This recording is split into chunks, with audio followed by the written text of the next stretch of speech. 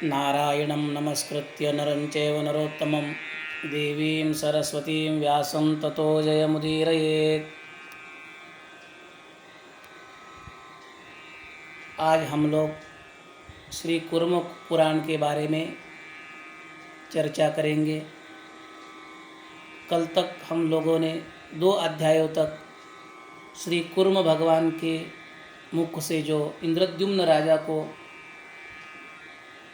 ज्ञान बताया, उस ज्ञान विषय में हमने कल चर्चा की। अभी ऋषियों ने कुर्म भगवान से प्रश्न किया, प्रभु आपने चारों वर्णों तथा चारों आश्रमों का वर्णन किया, अब हमें आश्रमों का क्रम बतलाइए। श्री कुर्म जी कहते हैं, ब्रह्मचर्य, गृहस्थ, वानप्रस्थ तथा संन्यास एक क्रम से आश्रम कहे गए हैं। किसी कारण से इस क्रम में परिवर्तन भी होता है। जो ज्ञान विज्ञान संपन्न हो तथा परम वैराग्य को प्राप्त हो गया हो, ऐसा ब्रह्मचारी यदि परम गति को प्राप्त करना चाहे तो वह ब्रह्मचर्य आश्रम से सीधे संन्यास ग्रहण कर ले।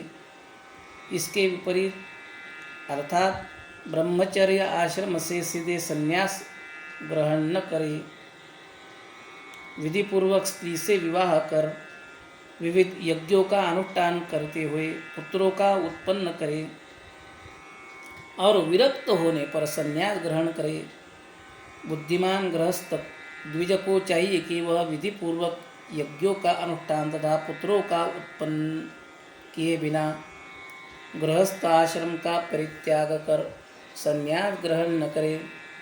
श्रेष्ठ विद्वान द्विज यदि तीव्र वैराग्य के वेग के कारण गृहस्थ आश्रम में रहने के लिए उत्सुक न हो तो यज्ञ किए बिना भी वही संन्यास ग्रहण कर ले।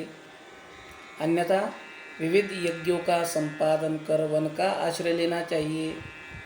एवं तपो योग द्वारा तप करने के बाद यदि विराग हो जाए तो संन्यास लेना चाहिए। वानप्रस्थ आश्रम ग्रहण कर फिर गृहस्थ आश्रम में प्रवेश नहीं करना चाहिए। न सन्यासी वानप्रस्थ आश्रम में वापस आए और न साधक गृहस्थ ब्रह्मचर्य आश्रम में वापस लौटे। विद्वान गृहस्थ द्विज प्राजापत्य इष्टि अथवा आग्नेय इष्टि का संपादन कर संन्यास ग्रहण करे या वैदिक विधान से वानप्रस्थ से संन्यास आश्रम में प्रवेश करे। हवन तथा यज्ञ संबंधी क्रियाओं का करने में असमर्थ होने पर भी अंधा, लंगड़ा अथवा दरिद्र द्विज वैराग्य होने पर संन्यास ग्रहण करे। सभी के लिए संन्यास के निमित्त वैराग्य का विधान किया गया है। जो आसक्ति मुक्त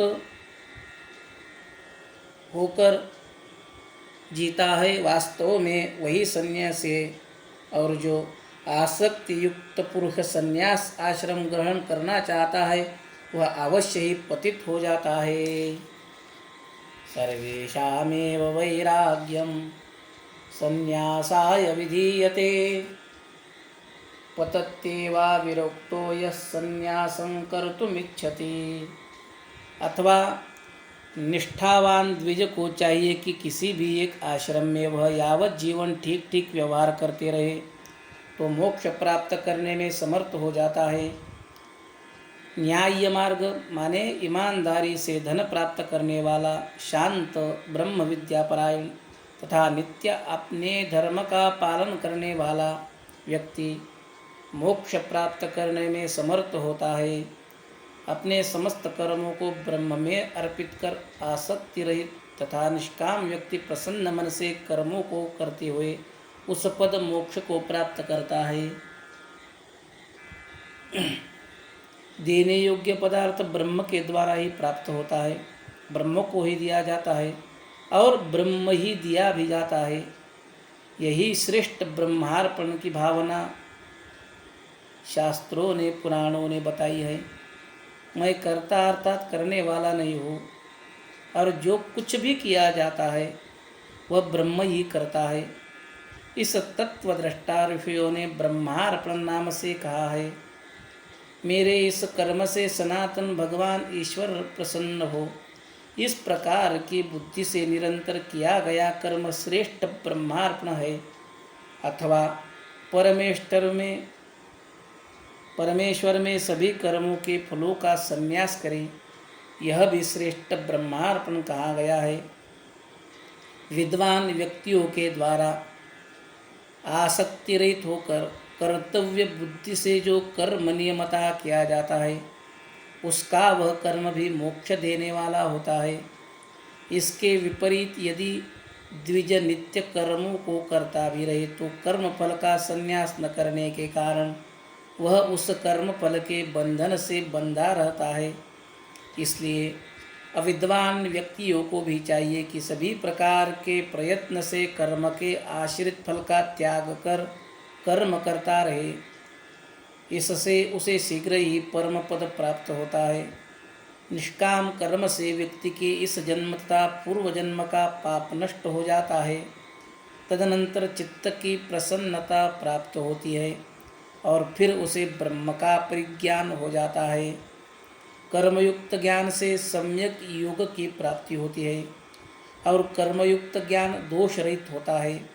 इसलिए किसी भी आश्रम में रहते हुए सभी प्रकार के प्रयत्नों से भगवान की प्रसन्नता के लिए कर्मों को करता रहे। इससे नैष्कर्म्य की प्राप्ति हो जाती है। परम ज्ञान को प्राप्त करने के अनंतर उसके प्रभाव से नैष्कर्म्य की सिद्धि कर वह एकाकी ममता शून्य तथा शांत व्यक्ति जीवन काल में ही मुक्ति को प्राप्त कर लेता है, अर्थात जीवन मुक्त हो जाता है। ऐसा व्यक्ति नित्यानंद स्वरूप निराभास स्वतः प्रकाश महेश्वर परम ब्रह्म परमात्मा का साक्षात्कार कर उसी में लीन हो जाता है। इसलिए प्रसन्न चित्त होकर परमेश्वर की संतुष्टि के लिए निरंतर कर्म योग का आश्रय ग्रहण करना चाहिए। इससे वह परमेश्वर के उस सनातन पद को प्राप्त करता है। इस प्रकार आप लोगों को यह चारों आश्रमों का संपूर्ण श्रेष्ठ क्रम बतलाया। इस क्रम का अतिक्रमण करके कोई भी मनुष्य सिद्धि को प्राप्त नहीं कर सकता। बोलिए कूर्म भगवान की जय। यहाँ पर तृतीय अध्याय में भगवान कूर्म जी ने ऋषियों को आश्रमों का श्रेष्ठ ज्ञान बतलाया है।